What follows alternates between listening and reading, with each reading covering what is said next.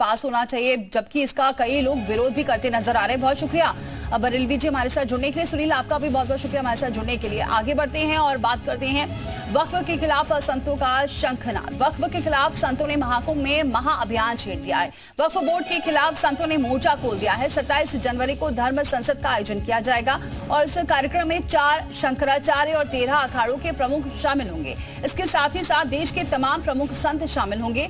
धर्म संसद में सनातन बोर्ड का प्रस्ताव पारित होगा। वक्फ बोर्ड को खत्म करने के लिए संतों ने कुंभ में होर्डिंग लगाई है।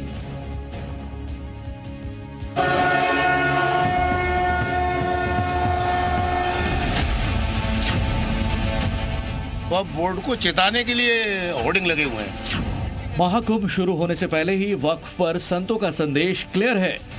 महाकुंभ मेला क्षेत्र में पोस्टर लगे हैं, यानी महाकुंभ में वक्फ पर कुछ बड़ा होने वाला है। महाकुंभ क्षेत्र में जदगुरु रामानंदाचार्य ने बड़े बड़े होर्डिंग्स लगाए हैं, जिन पर लिखा है वक्फ के नाम पर संपत्ति की लूट है। धर्मनिरपेक्ष देश में ये कैसी छूट है। एक होर्डिंग लगा है जो इस वक्त चर्चा का विषय बन गया है।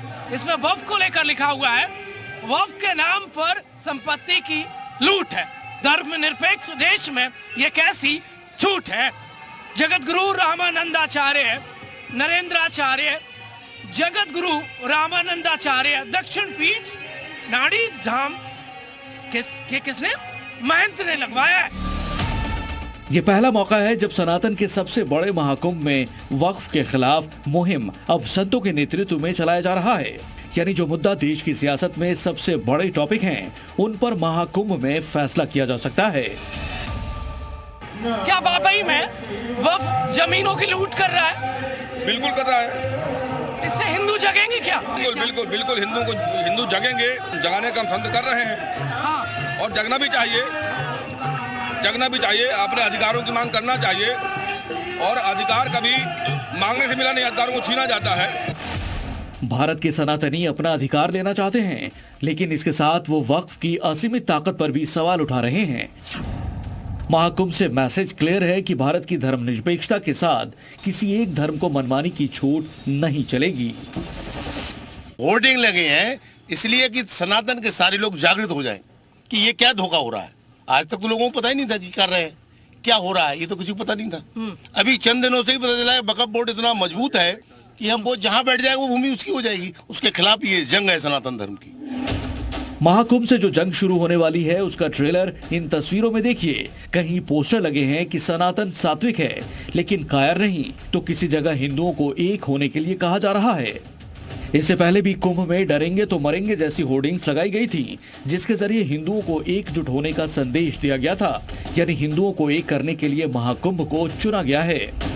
पर ये सारे पोस्टर एक साथ दिखाई देने का मतलब क्या है? क्या ये सिर्फ एक लक्ष्य सनातन को ताकतवर बनाने और वक्फ के खिलाफ माहौल तैयार करने के लिए लगाए गए हैं? नाजायज कब्जा कर लेते हैं, फिर छोड़ते नहीं हैं। चाहे कोर्ट कचहरी जाओ, चाहे कहीं भी जाओ, जिस पे कब्जा कर लेते हैं, कहाँ छोड़ते हैं। महाकुंभ में पूरा सनातन समाज इकट्ठा हो रहा है। वक्फ के खिलाफ होर्डिंग का मतलब साफ है। अब प्रयागराज महाकुंभ के जरिए उन तमाम मुद्दों को देश के सामने लाया जा रहा है, जिससे हिंदुत्व और सनातन की आवाज बुलंद की जा सके। महाकुंभ में लगे पोस्टर की एक वजह और भी है।